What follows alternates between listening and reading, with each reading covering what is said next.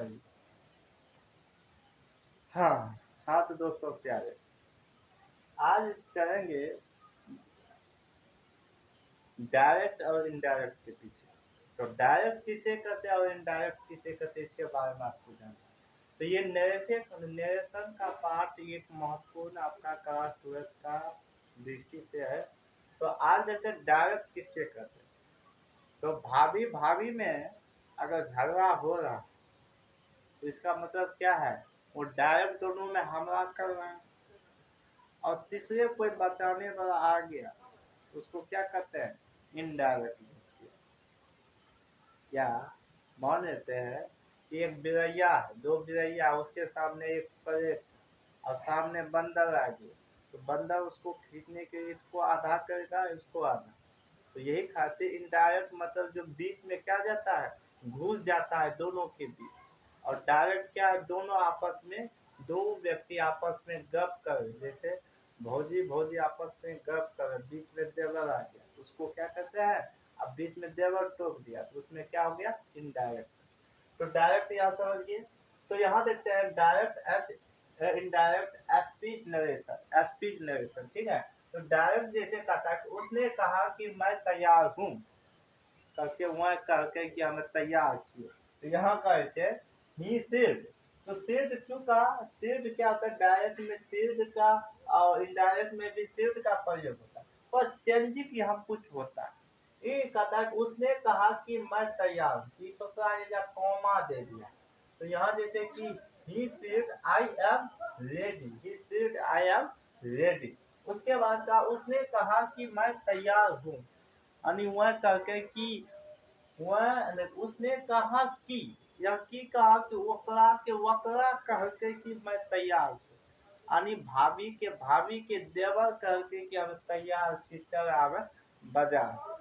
तो वही होता है नरेशन, कहता है he said that he was ready। अब सोचा कह सकता है कि ये पास प्रेजेंट टेंस में, तो पास का क्यों लगा दिया, आप बता दो। उदय देख दोनों के बात कह के, दोनों के बीच में की हुए थे वातावरण, भोजी वातावरण हुए थे, मतलब एक दूसरे बोलचाल हुए थे। अब वहाँ एगो बात ओकरा याद है भोजी, पहला भोजी, तो पहला भोजी याद करके ए हो देवर ई तोरा बारे में ई बोल। हाँ तो वो की भाई पास्ट टेंस में इन्हें करके आप ये बोले हैं, पहले बोलने, तो वही बात हो गई। तो he said that he was ready, चाहे यहाँ हूँ क्यों न लगा, ये समझना।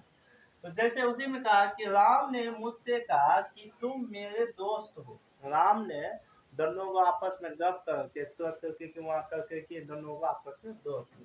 कि यहाँ कह रहा है, यहाँ है राम सेड, हाँ राम सेड टू मी के मतलब राम मुझसे कहा, to me you are my friend, you are my friend. तो इसमें कोई दिक्कत नहीं है, क्योंकि वो अभियन करके इन्हें की जो राम अभी करके कि दोनों को दोस्त थी।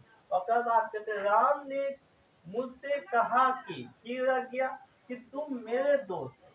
कहता है कि राम टॉर, ये जगह टॉर क्यों लगाए, सेड का भी प्रयोग कर सकते हैं और टॉर का भी प्रयोग कर सकते हैं, मी। और क्यों क्यों कहा या कहा का प्रयोग सेड या टॉर होता है। that I was his friend, I was his friend। तो यहाँ I was his friend। तो आई मतलब इंडक्टर के मतलब वो पिछलका बात जे याद करके कोई बोल के तो को कहे डायरेक्ट, जे अभी दोनों आपस में बात करे तो डायरेक्ट करे के, जैसे दोनों आपस में एकदम नजर मिला तो का की कर डायरेक्ट, आज जे उन्ने से अभी जीते तेसरो नजर मिल जाएगा और की कर इनडायरेक्ट। उसी तरह का वह तुमसे कहती है कि तुम कहाँ रहते हो, वह तुमसे कहती है कि तुम कहाँ रहते हो। और एक और पहचान दे देते हैं, देखो ये जो कॉमा, यहाँ समझो, ये जो कॉमा में अगर इसमें आप कॉमा अगर बनाते हो तो तब के प्रयोग में तब डेट का प्रयोग नहीं करना है, डेट का प्रयोग नहीं करना है। अगर खाली कॉमा जैसे ही said to me, he said to me। देखो एक बार said का भी प्रयोग होता है। said कैसे होता है? said SID, said। एक होता है say, एक होता है say, said और say। तो he said to me, me तो कॉमा यहाँ दे दिया है। where do you run, where do you run।